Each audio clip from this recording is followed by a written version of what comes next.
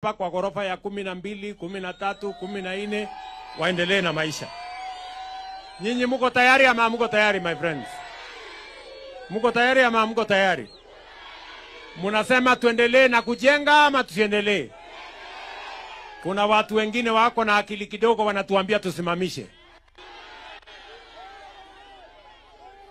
Na kabla hawajatuambia tusimamishe, watuambie hawa vijana wote watafanya kazi gani tukisimamisha hii kazi.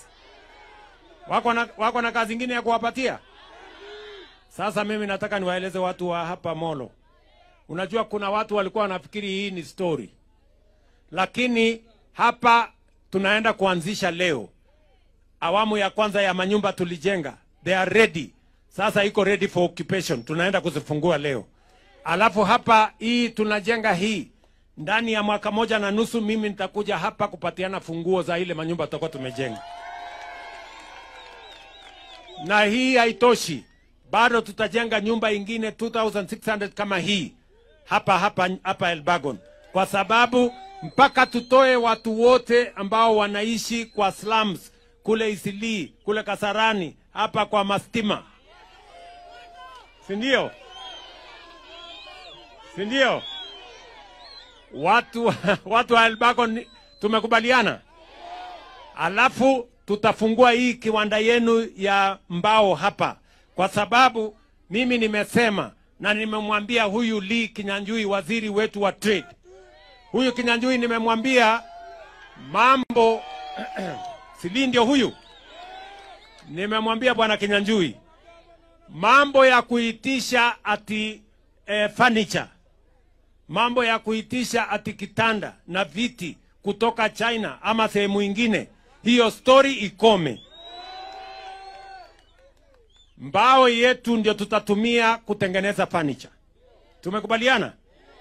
Furniture ambayo itatumika Kenya hii itanunuliwa kwa mbao ambayo imetengenezwa hapa na vijana wetu wa Kenya watatengeneza hiyo furniture. Tumekubaliana ndugu zangu watu wa Elbagon? Mnasema tuendelee na hiyo kazi. Vile vile mimi ninajua ya kwamba mbali na stima, mbali na hii mambo ya affordable housing, pia mimi nataka niwaeleze kila mmoja wenu, nataka kila mmoja wenu ajiandikishe kwa SHA. Kwa sababu tunataka kuhakikisha ya kwamba hakuna Mkenya anaangaishwa wakati anatafuta matibabu. Mtu akiwa mgonjwa sio kwa kupenda kwake. Kuna mtu anaitisha ugonjwa kwa hii dunia. Si mtu anakuwa mgonjwa kwa bahati mbaya. Na tumesema hatutaki matibabu iwe ni starehe ya watu matajiri, watu wenye wako na kazi ama wako na uwezo. Kwa sababu kila mtu anakuwa mgonjwa. Tunataka hata yule ambaye hana uwezo wowote wa kulipa chochote. Tunasema ya kwamba aende hospitali atibiwe na aende nyumbani, serikali ya Kenya italipia gharama ya hospitali ya kila mtu. Wewe mwananchi, kazi yako ni kujiandikisha. Ndio tujue mama fulani, baba fulani, kijana fulani ako hapa, na ndio tuweze kupanga mambo ya madawa, tupange mambo ya wauguzi ama madaktari, na tupange